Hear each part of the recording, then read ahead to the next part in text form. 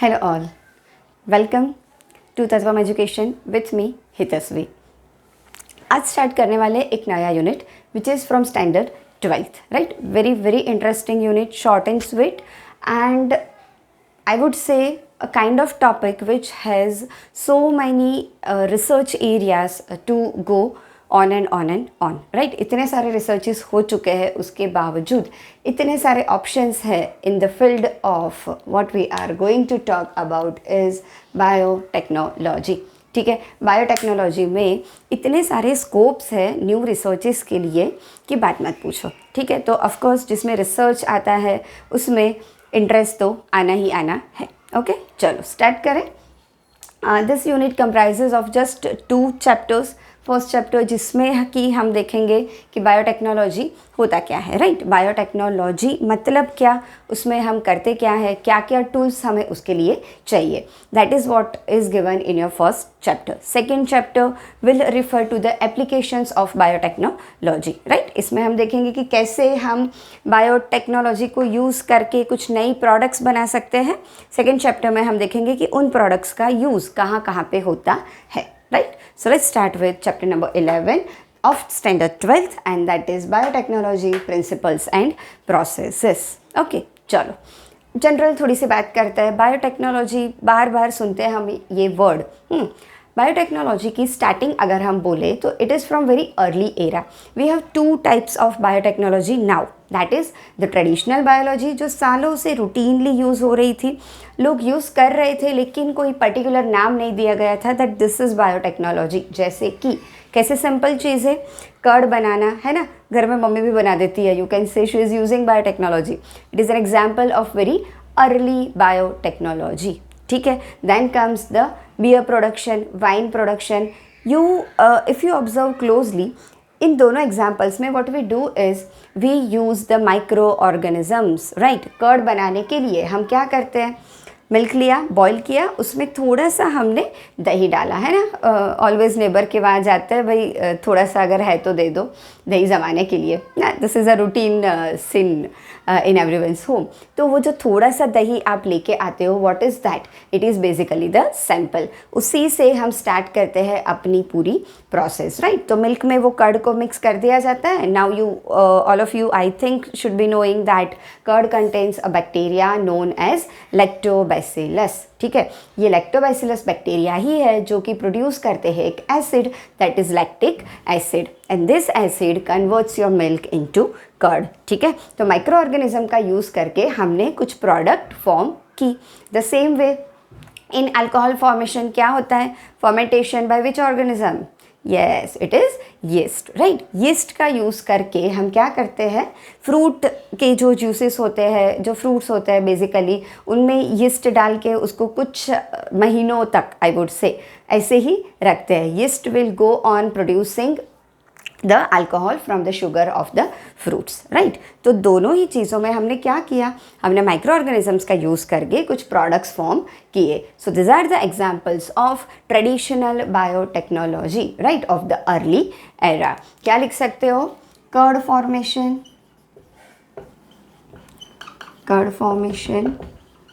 And wine production. Okay, these are the 2 examples of traditional biotechnology, right। लेकिन अब with time बहुत सारे modern tools आ चुके हैं और बहुत सारी एडवांस चीज़ें हम बनाने लगे हैं with the use of biotechnology. तो अब हम उसको इतना सिंपल तरीके से डिफाइन नहीं कर सकते, right. We have to define it properly, and the definition which is given by EFB। What is EFB? EFB stands for European Federation of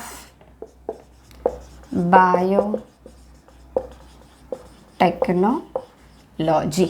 ठीक है, EFB, European federation of biotechnology ने एक particular definition दी है biotechnology की, जो कि इस वक्त के लिए बिल्कुल ही suitable है, because it includes the traditional science, the traditional biotechnology as well as the modern biotechnology।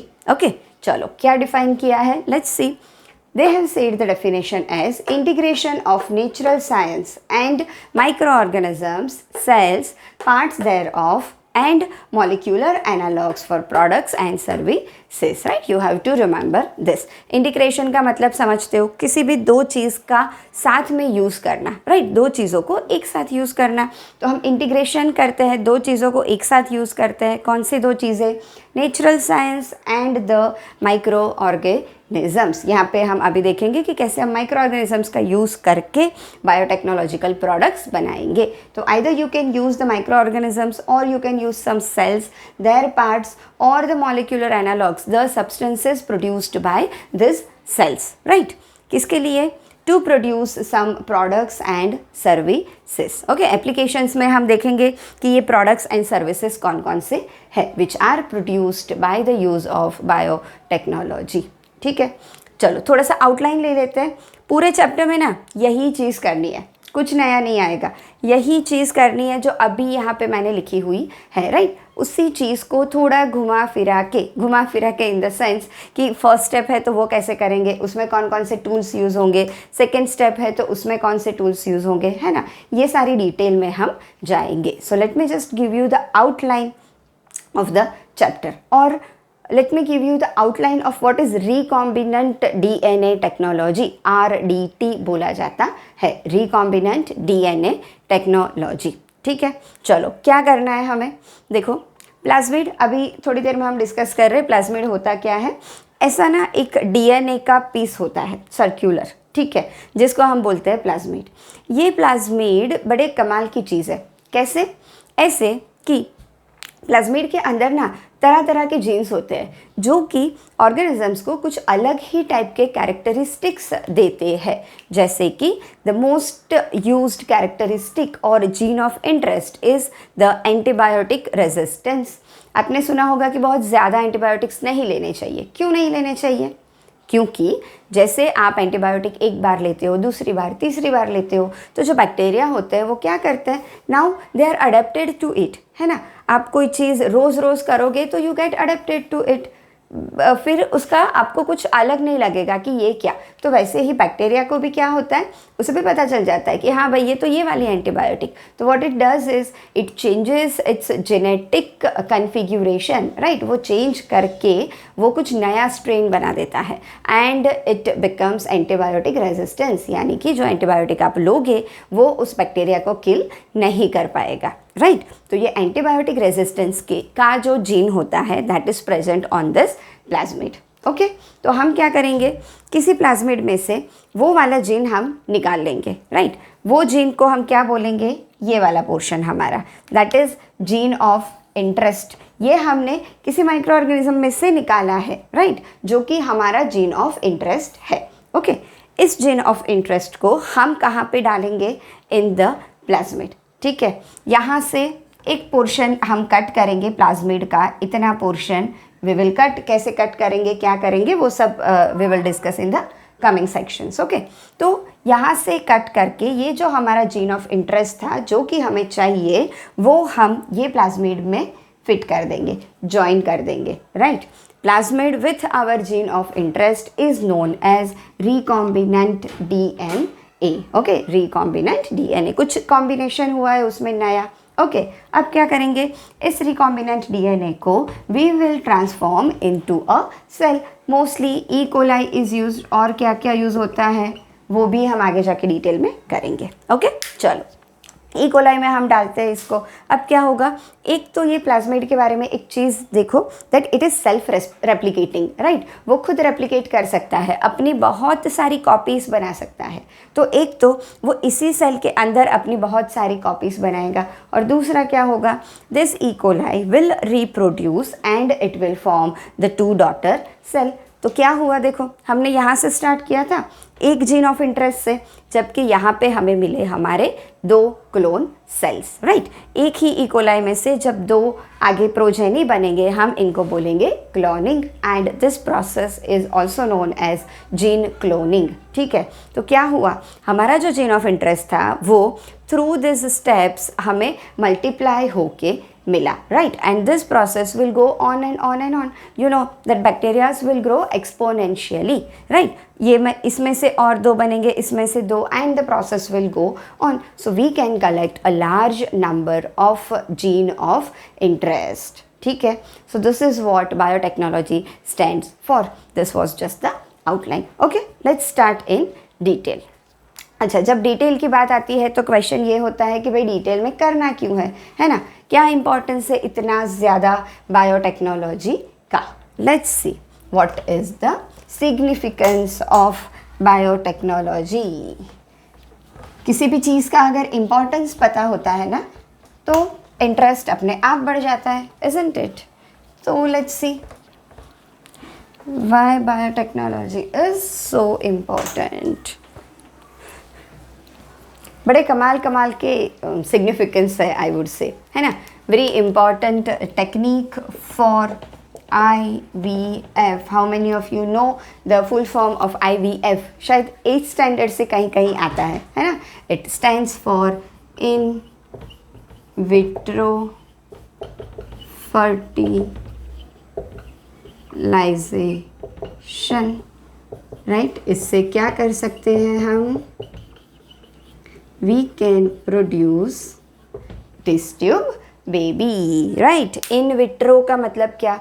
जब भी कोई चीज़ बॉडी के आउटसाइड होती है, right, it is not occurring inside your body. जब कोई भी चीज़ बॉडी के आउटसाइड होती है we call it as the in vitro fertilization. So this is one type of boon for the infertile parents जो नेचुरली कंसीव नहीं कर सकते. They can use this technique outside the body. Sperm and egg को fuse किया जाता है and then जब वो डेवलप हो जाता है थोड़ा सा फॉर अ वीक और so it is transplanted into the mother's womb, right. So this is one of the applications of biotechnology. Isn't it very interesting, right. चलो दूसरा देखते हैं.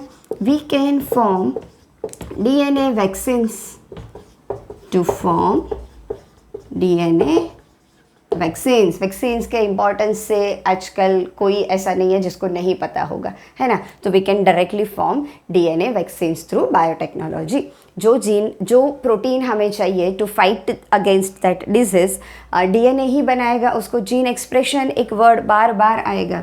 जब तक हम ख़त्म करेंगे ना biotechnology you will come across this word again and again, that is gene expression. क्या होता है जीन एक्सप्रेशन.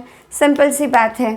आपके सेल के अंदर है न्यूक्लियस, न्यूक्लियस के अंदर है DNA का एक छोटा सा सेगमेंट जिसमें की हेरिडिटरी इंफॉर्मेशन है, उसको हम बोलते हैं जीन, राइट. ये जीन को रीड करके इसमें से बनेगा तुम्हारा RNA, ओके. और RNA में से I think you should be knowing this processes. अगर नहीं पता, जब आपका 5th और 6th चैप्टर होगा you will be familiar with these words. DNA से RNA बनाने की जो प्रोसेस है that is known as transcription, ठीक है. और RNA से प्रोटीन जहाँ पे बनता है that is known as translation, ठीक है. और इसी प्रोटीन से फिर हमारी डिज़ायर्ड प्रोडक्ट्स बनती है. Enzymes are mostly proteins. Many of the hormones are proteins, ठीक है. टिश्यूज़ हमारे बॉडी के जितने भी हैं they are all proteins, right.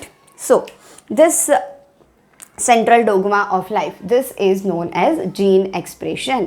ये जीन एक्सप्रेस होते होते उसने प्रोटीन बनाया और इसी प्रोटीन में से हमारे बॉडी के अलग अलग इम्पॉर्टेंट प्रोडक्ट्स बने, right. So gene expression use होता है to make the DNA vaccines, ठीक है. चलो नेक्स्ट. कभी कभी होता क्या है, कुछ डिजीज़ होते हैं ड्यू टू जेनेटिक डिफेक्ट्स. बहुत बार सुना होगा तुमने, this is an hereditary disease, right. Genetic defect. तो वी कैन फाइंड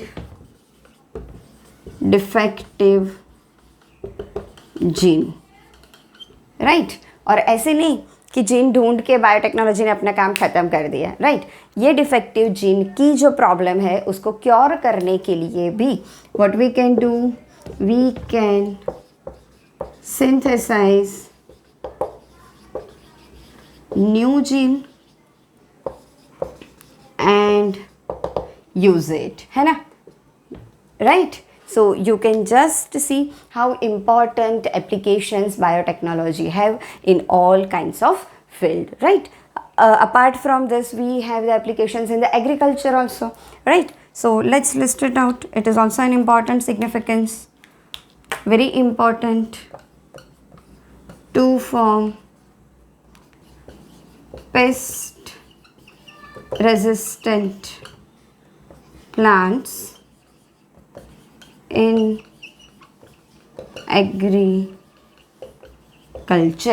ठीक है? ये तो बहुत सारे एप्लीकेशंस में से कुछ है, ओके?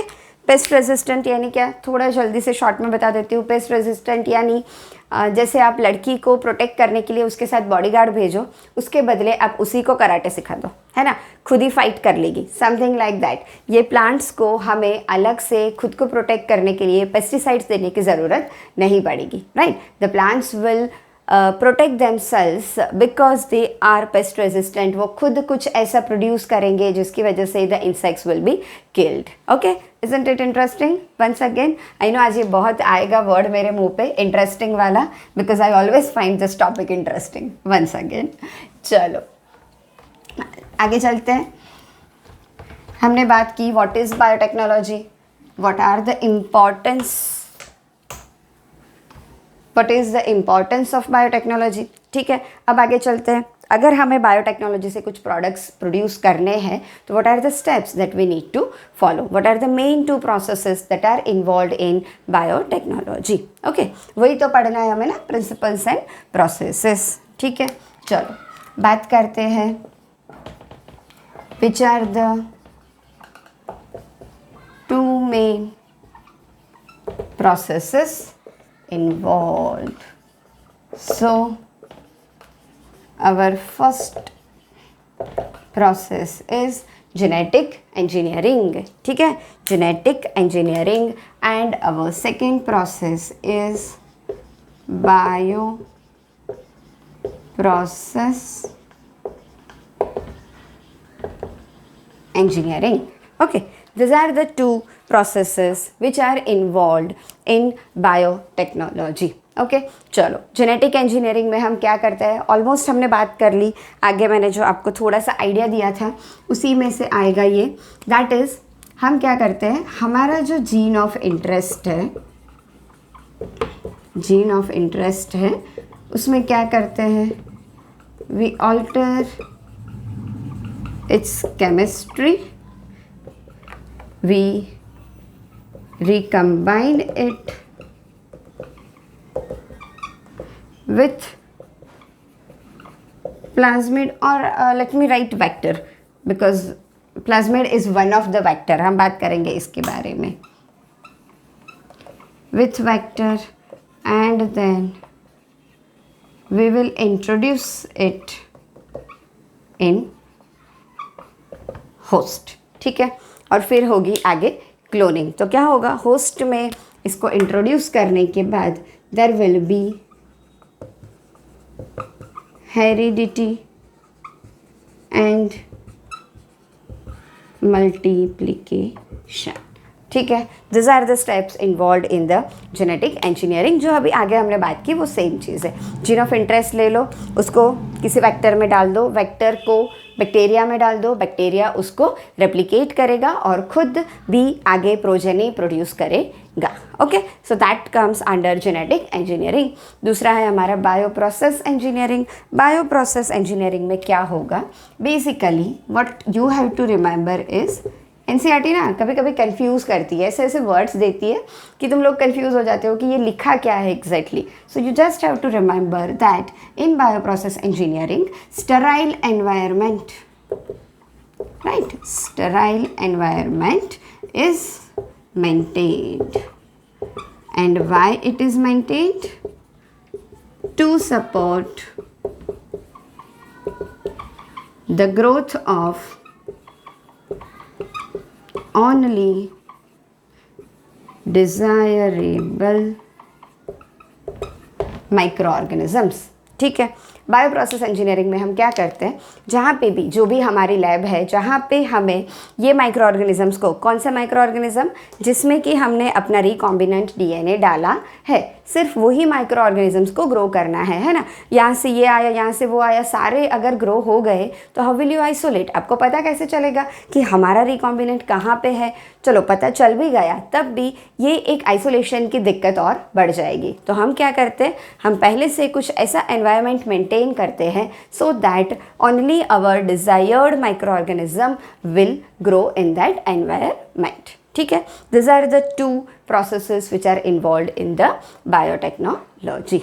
ओके, अच्छा, अब जब हम फ्यूज़न की बात करते हैं, कोई दो चीज़ों के कॉम्बिनेशन की बात करते हैं, तो हमें दिमाग में आता है कि ये तो पहले भी होता था, है ना। सोमेटिक हाइब्रिडाइजेशन सुना होगा शायद तुम लोग ने। ट्रेडिशनल हाइब्रिडाइजेशन जो है, इसमें क्या करते हैं, दो प्लांट्स जो होते हैं उनके सेल को लेके, चाहे वो सेम स्पीशीज़ से बिलोंग ना भी करते हो, तब भी हम क्या करते हैं, दो प्लांट्स को लेके, उसके सेल को लेके दोनों को फ्यूज़ कर देते हैं। ठीक है, which causes the nuclear fusion as well as the protoplast fusion, right. तो इसमें भी तो फ्यूज़न होता था, तो फिर ये सब कुछ करने की क्या ज़रूरत थी?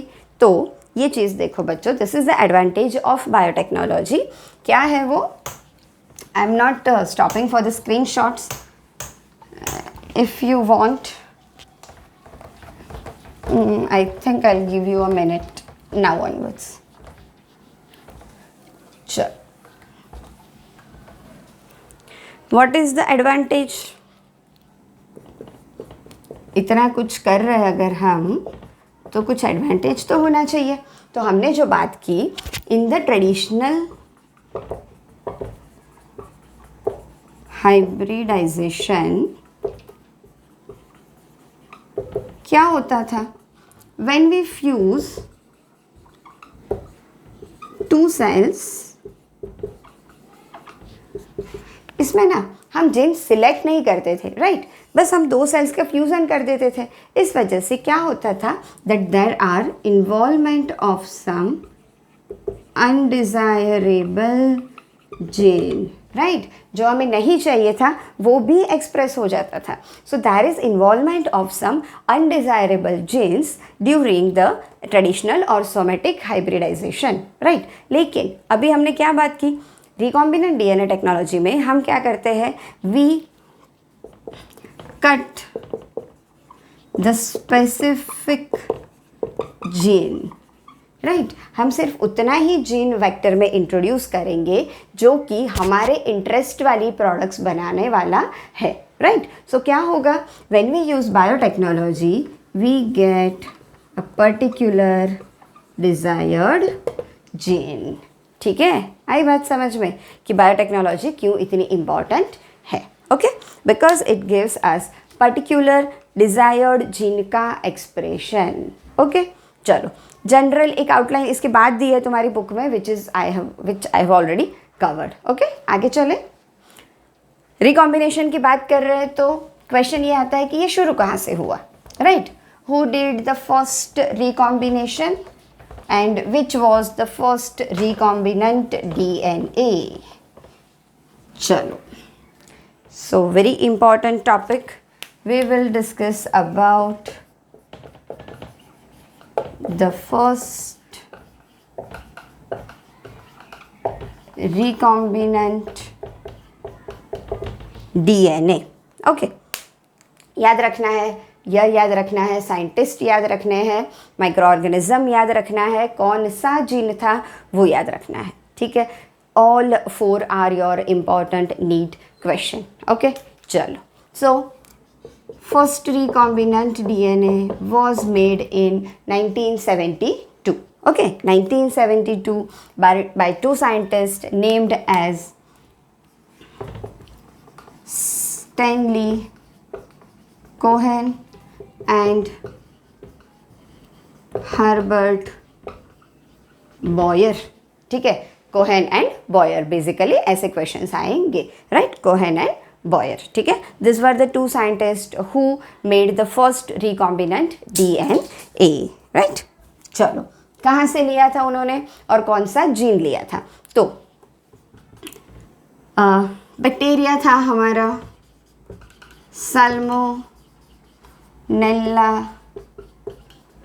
टाइफी मेरियम, और इसके प्लाज्मिड को लिया गया था, इसके प्लाज्मिड में था जो हमने अभी डिस्कस किया, and that is antibiotic resistance gene. ठीक है, ये एक बैक्टीरिया है सल्मोनेला, क्या लिख रही हूँ मैं, सॉरी, सल्मोनेला टाइफीमेरियम। ठीक है, तो इसके ये सेल के अंदर से प्लाज्मिड लिया गया। Now let's quickly discuss what is plasmid.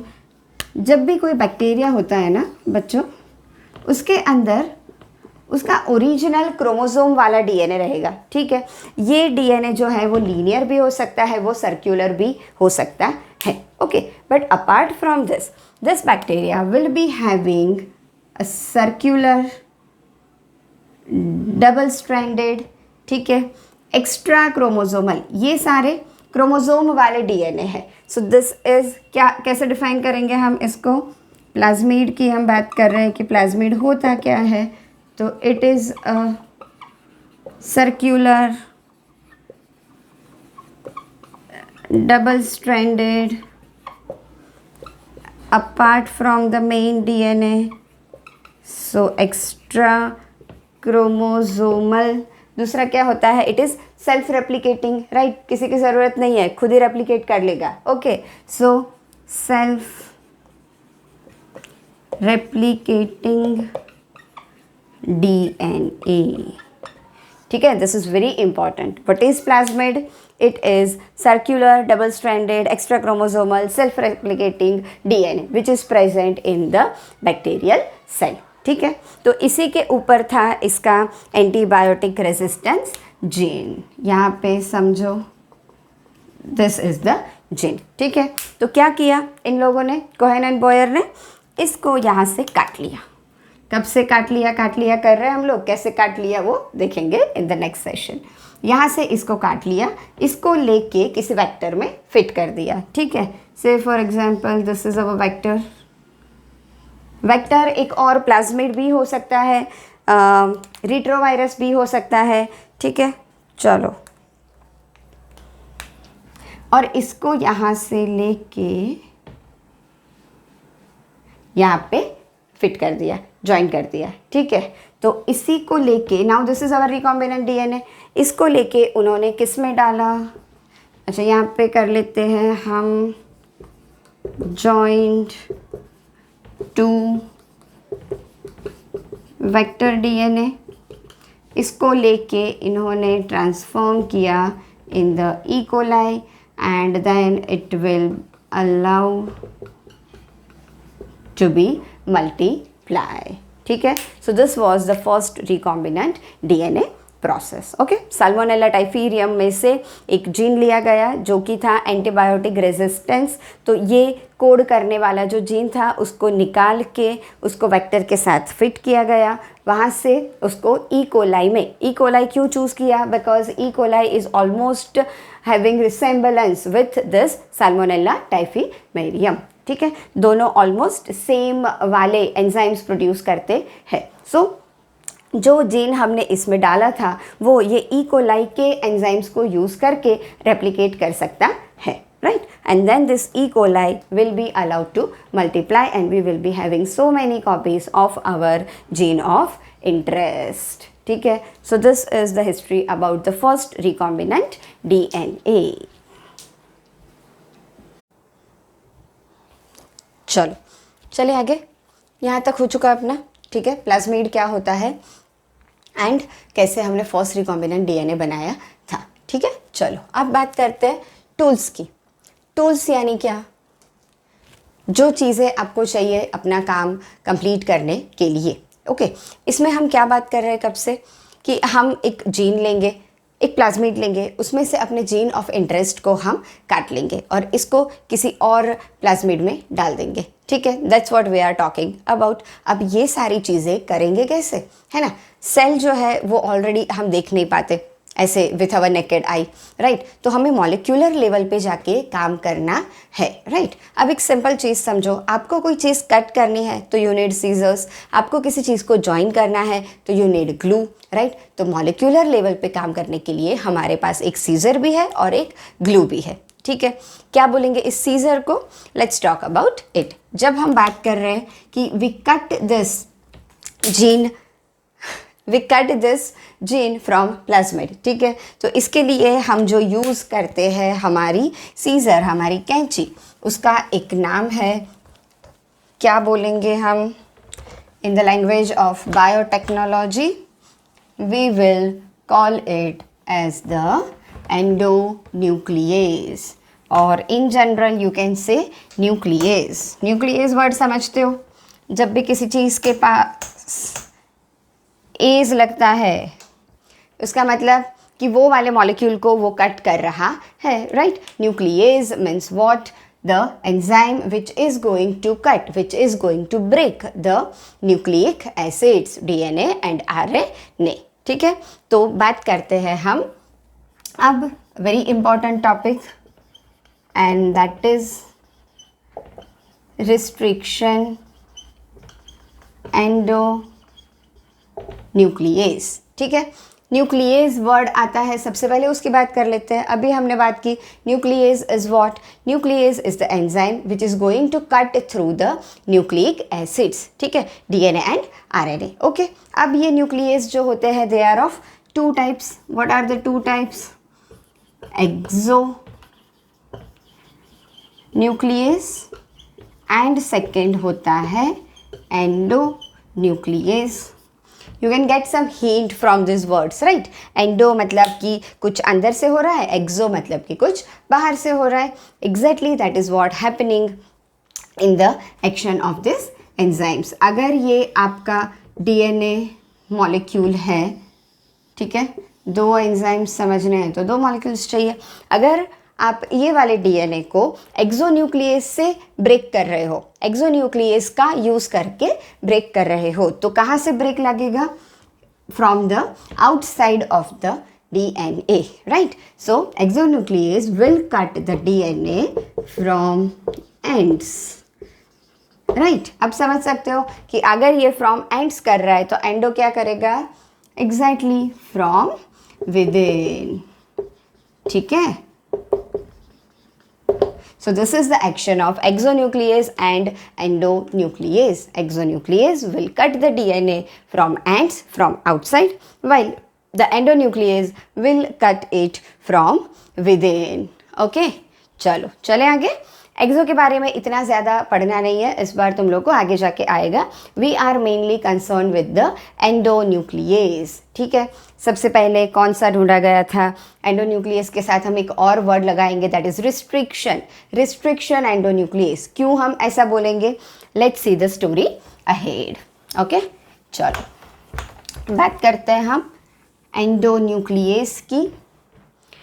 1963 में, in the year 1963, E coli, ये बैक्टीरिया ई कोलाई ना बड़ा फेवरेट है बायोटेक्नोलॉजी का, बार बार आएगा, ठीक है। सो ई कोलाई में the scientist observed two types of enzymes. कौन से दो थे? First enzyme was methylase. नाम से याद रखो, मिथाइलेज क्या करता था? तो it adds the methyl group, ठीक है। मिथाइलेज एंजाइम जो है वो मिथाइल ग्रुप ऐड करता है। ऐड करता है कहाँ करता है? It will add the methyl group to the host DNA, ठीक है। अब देखो नेचर में ना कोई बिना काम के कुछ नहीं करता, तो अगर ये मिथाइल ग्रुप ऐड कर रहा है तो क्यों कर रहा है? सोचो, इसका आंसर हमें मिलेगा from our second enzyme, and that is the enzyme which cuts DNA. Cuts DNA, but कौन सा DNA? Not the host DNA. This enzyme cuts the viral DNA. Okay, क्या सिचुएशन हो रही है देखो। ये है सपोज एक ई कोलाई का सेल, थोड़ा गंदा बना, चलो, ये है एक ई कोलाई का सेल, ठीक है। बैक्टीरियोफाज जानते हो, बैक्टीरियोफाज वायरसेस है ना, वायरसेस हमें तो छोड़ो, बैक्टीरियाज को भी नहीं छोड़ते, बैक्टीरिया पे भी आके अटैक करते हैं, उनको भी इन्फेक्ट करते हैं। तो ये आ गया एक बैक्टीरियोफाज हमारा, ठीक है।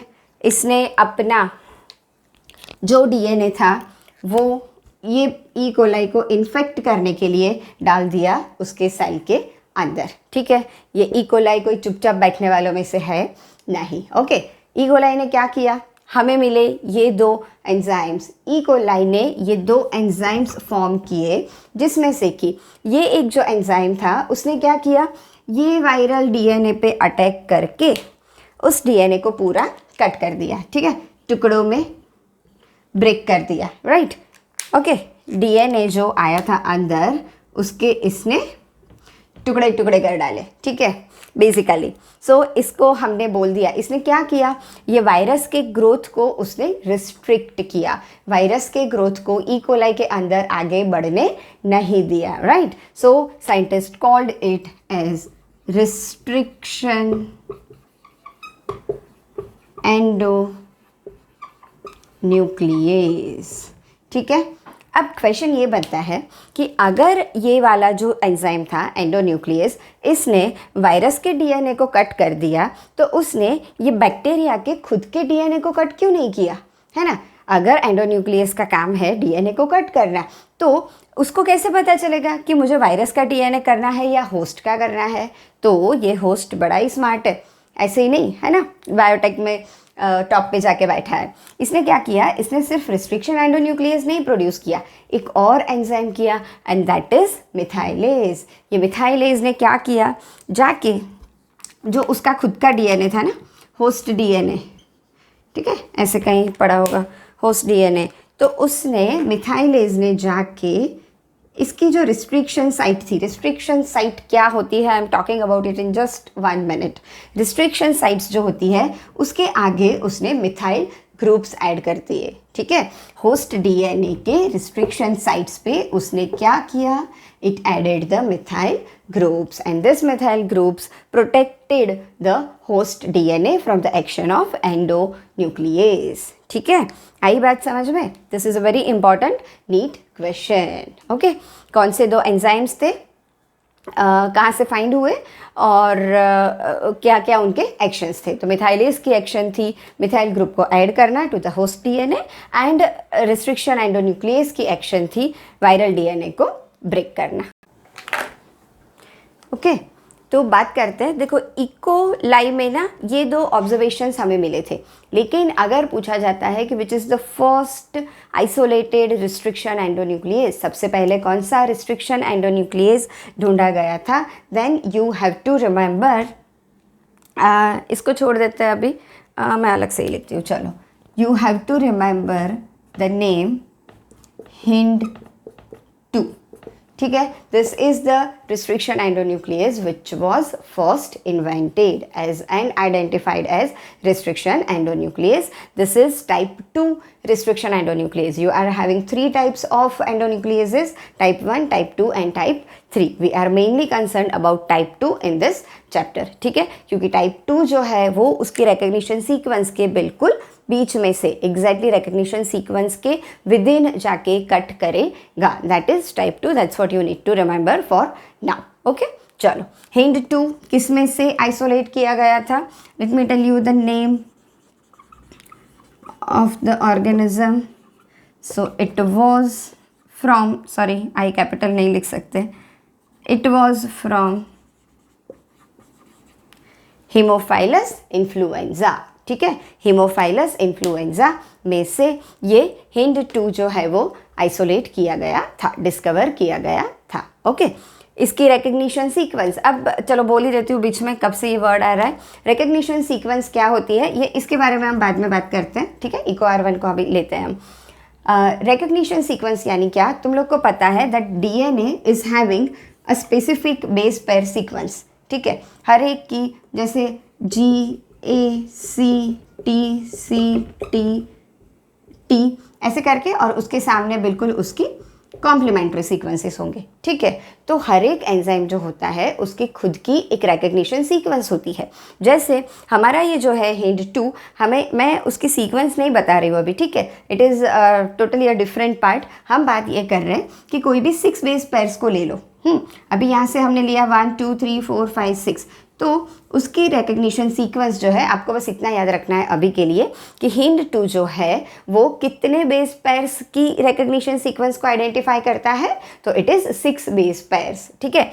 कौन से बेस पेयर्स, ये बात NCERT में आपको नहीं बताई गई है and you don't have to worry about it, ठीक है। चलो, so basically 6 base pairs, this is the recognition sequence, ठीक है। जैसे आप लोग पहचानते हो कि भाई ये मेरा फ्रेंड है ना, मुझे इस पर अटैक नहीं करना है, जबकि जो आपका दुश्मन है, किसी से बहुत लड़ाई कर ली है आपने, तो आप उसको जल्दी से आइडेंटिफाई कर लोगे कि हाँ मुझे ना इस पर अटैक करना है। So something like that. ये वाले एंजाइम्स को, रिस्ट्रिक्शन एंडोन्यूक्लियस को अपनी अपनी स्पेसिफिक साइट पता होती है, ठीक है। वो लोग जाके वही स्पेसिफिक साइट पे अटैक करेंगे और वहीं से वो DNA को कट करेंगे।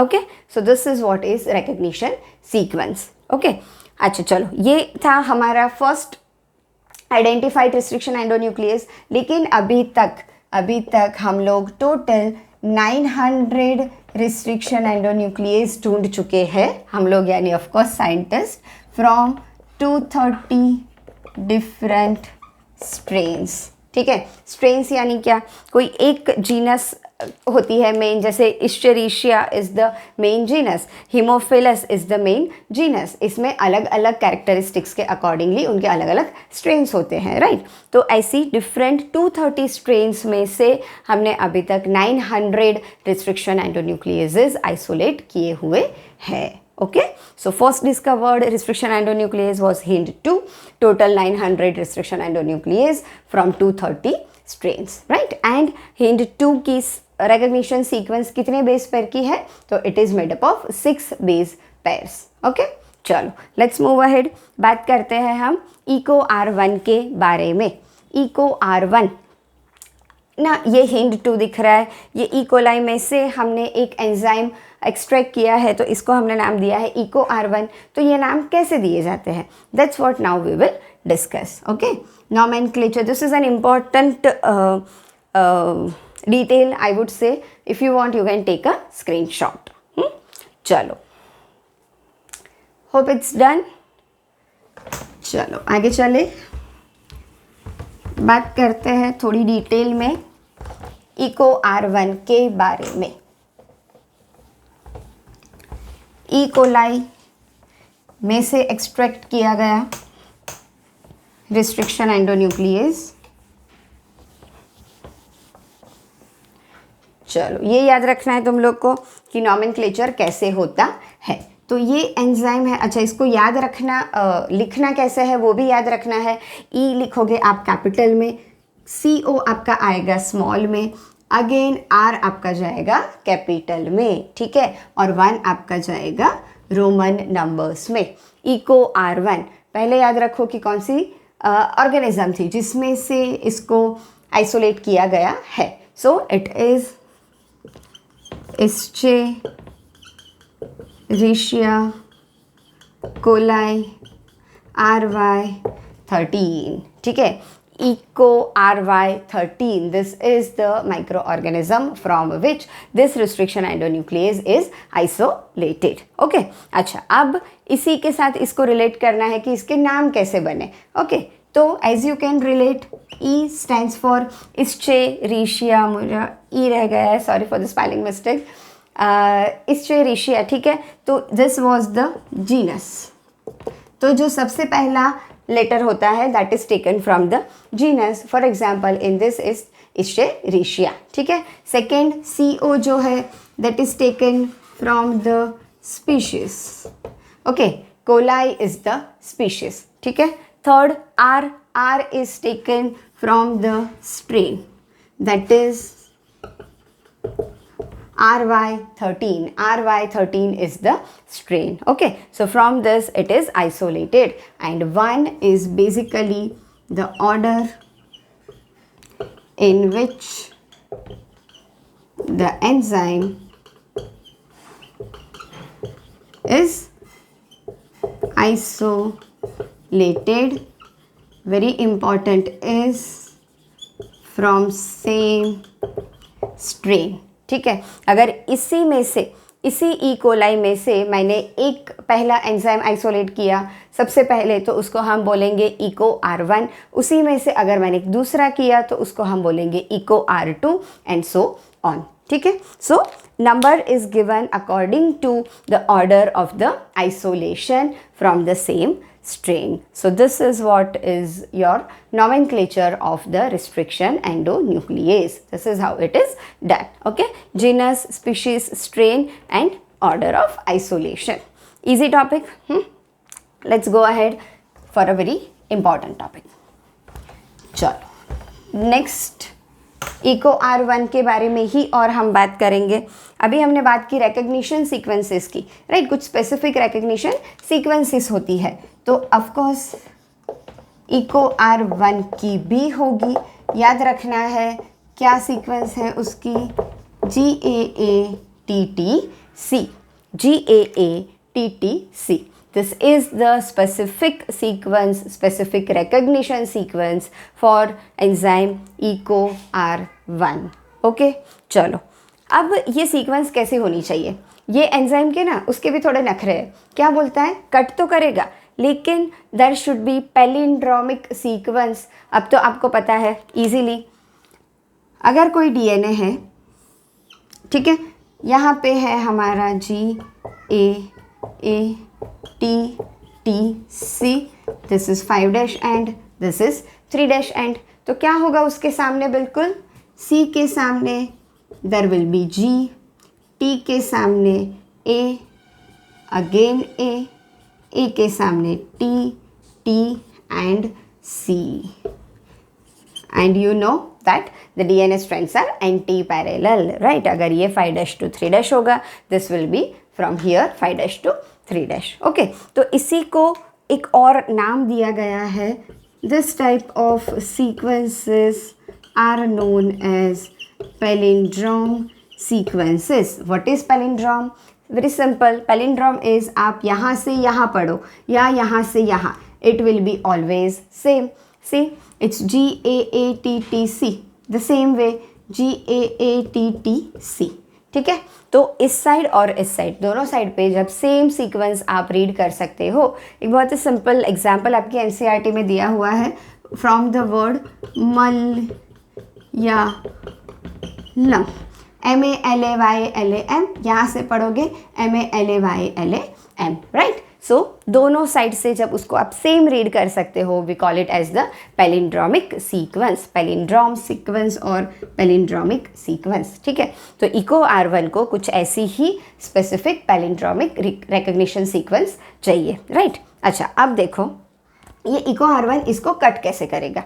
एक वर्ड आएगा आपका स्टिकी एंड्स। दो टाइप के एंड्स प्रोड्यूस होते हैं when the endonuclease breaks down the DNA double strand. Okay, देखो ये इसको तो आइडेंटिफाई करता ही है, ये नहीं कि DNA में कहीं पे भी जाके अटैक कर देगा, नो, है ना। वो क्या करेगा, DNA को पहले स्कैन करेगा घूमते हुए, है ना, फिर it will identify it's specific sequence, और इस सीक्वेंस में भी it will attack between G and A, precisely between G and A, right. तो यहाँ से ये वाला निकल गया और यहाँ से ये वाला निकल जाएगा। ठीक है, सो दिस इज हाउ। चलो इसको रिप्रेजेंट करते हैं कि जब ये कट हो जाएगा तो ये कुछ कैसा दिखेगा। देखो ये कंटिन्यू है यहाँ से 5', यहाँ पे क्या बचा, बस G आपका। ठीक है, इसके नीचे क्या बचा, यहाँ से ले लो C, T A G चला गया है, राइट। यहाँ से कट हुआ तो दो स्ट्रैंड्स बन जाएंगे ना, अभी दो फ्रेगमेंट्स बन जाएंगे, स्ट्रैंड्स नहीं सॉरी। तो ये G के बाद का जो बचा वो चला जाएगा आपके सेकेंड एंड में। ठीक है, सेकेंड एंड में यहाँ पे था उसके नीचे G, और ये भी है आपका एक DNA डबल स्ट्रैंड। यहाँ से कट चुका है तो you don't need to draw this. तो ये आप जो देख रहे हो, can you see the hanging over ends, इसके लिए एक वर्ड बोला है hanging over ends, right. Hanging है ना, ऐसे नीचे नीचे का उनका जो कॉम्प्लीमेंट्री सीक्वेंस था वो एंडोन्यूक्लियस ने कट कर दिया, राइट। तो ऐसे ही एंड्स को हम बोलते हैं द ओवर हैंगिंग्स, ठीक है। ओवर हैंगिंग्स को हम बोलते हैं स्टिकी एंड्स, ठीक है, स्टिकी एंड्स। एक और होते हैं which are known as blunt ends, ठीक है। ब्लंट एंड्स, ब्लंट एंड्स में क्या होगा, बिल्कुल ऐसे बीच में से कट होगा, ठीक है, बीच में से या एंड में से कहीं से भी कट होता है, लेकिन ऐसे ओवर हैंगिंग्स नहीं बनेंगे। अगर यहाँ पे कट हुआ तो दिस विल बी GAA और उसके बिल्कुल नीचे CTT, this is one fragment, and another will be TTC and AAG, right. यहाँ पे you can see the exactly same distance, है ना। इसको और इसको कंपेयर करो तो you can easily understand what are blunt ends and what are sticky ends. अगर ऐसे ओवर हैंगिंग एंड्स होंगे then they are known as sticky ends. अगर ऐसे बिल्कुल सिमिलरली एक ही लाइन में कट हुआ है वो एंजाइम, सॉरी वो DNA, then it is known as blunt end, okay. चलो, ब्लंट एंड के बारे में इतना है नहीं, लेकिन कभी क्वेश्चन पूछ सकते हैं। सो endonuclease particularly EcoR1 it will produce the sticky ends, that's what you have to remember properly, okay। और ये sticky ends फॉर्म करता है, उसी वजह से इसका क्लोनिंग में यूज़ करना हमारे लिए बहुत ही ईजी हो जाता है। क्यों?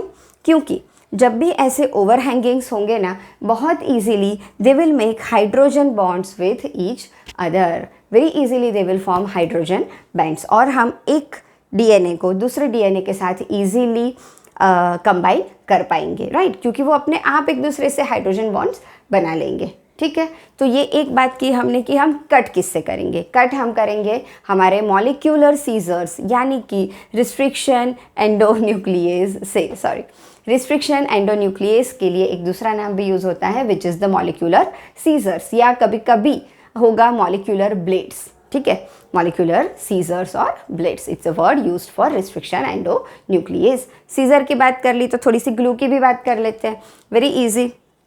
ग्लू हम किसको बोलेंगे, हमारा ग्लू होगा DNA लाइगेज, ठीक है, DNA ligase. Ligase is the enzyme which is going to join the DNA fragments. जहाँ पे भी DNA fragments रहता है ना, दोनों को जोड़ के बिल्कुल अच्छे से सील कर देता है ग्लू की तरह, ठीक है, that is the enzyme DNA ligase। तो हम क्या करेंगे, अब कुछ कुछ आपके दिमाग में धीरे धीरे बैठ रहा होगा। देखो, पहले हम अपना जीन ऑफ इंटरेस्ट लेंगे, ठीक है, मतलब पूरा DNA होगा, उसमें हमारा जीन ऑफ इंटरेस्ट होगा, जहाँ से हमें कट करना है हमारे जीन ऑफ इंटरेस्ट की जो भी स्पेसिफिक साइट है, रिकग्निशन साइट है, उसके अकॉर्डिंगली हम लेंगे हमारा रिस्ट्रिक्शन एंडोन्यूक्लियस। अच्छा, अब एक इम्पॉर्टेंट बात, वेरी इंपॉर्टेंट, हमें कट दो चीज़ों को करना है। एक तो हमें होस्ट DNA को करना है, मतलब सॉरी हाँ, एक तो हमें प्लाज्मिड को करना है जिसमें कि हम अपना जीन ऑफ इंटरेस्ट डालने वाले हैं, ठीक है। तो उसको डालने के लिए उसका जो ऑलरेडी वहाँ पे पोर्शन है वो तो कट करना पड़ेगा, है ना। जैसे कि ये है हमारा प्लाज्मिड, मुझे जीन डालना है तो I have to cut this, right. और दूसरा क्या, ये है मेरा host DNA, this is my host DNA। Host DNA के अंदर that is my gene of interest, तो मुझे इसको भी काटना है और मुझे इसको भी काटना है। तो you can understand that we need the same sticky ends, हमें बिल्कुल एक दूसरे के कॉम्प्लीमेंट्री स्टिकी एंड्स ही चाहिए, so that this gene of interest can make bonds with this cut site of the plasmid. What does that mean, हमें वैसे ही endonuclease use करने होंगे which is same in both the case. अगर मैंने यहाँ पे कुछ अलग रिकग्निशन साइट वाला लिया और यहाँ पे कुछ अलग रिकग्निशन साइट वाला लिया तो क्या होगा, the sticky ends which will be formed will be completely different, they will not be complementary to each other, और मेरा पूरा एक्सपेरिमेंट मैसअप हो जाएगा, राइट। मुझे वो नहीं करना है, तो what I will do, this is very important point, always remember that you must take same restriction endonuclease to cut both, right? Both यानी क्या? Both the gene of interest as well as the gene from the plasmid. ठीक है? I have to use the same restriction endonuclease. Done? तो यहाँ तक हुए हमारे tools. क्या क्या हम यूज़ कर सकते हैं to produce the recombinant DNA. वो कब इन्वेंट हुए, कैसे हुए, कहाँ से हुए. ठीक है, अब जब हमने सीख लिया है सारे ना टूल्स हम लेके बैठे हैं, अब हमें एक्चुअल एक्सपेरिमेंट करना है. So be with me for that experiment in my next session. Okay, if you like the video do like, give or like. मुझे ना ये बोलना हमेशा थोड़ा अजीब लगता है, but I guess that's a tradition, so I go with it. Please like the video. If you like the video, subscribe the channel so that you don't miss any of the videos. Okay, have a great day. Bye bye.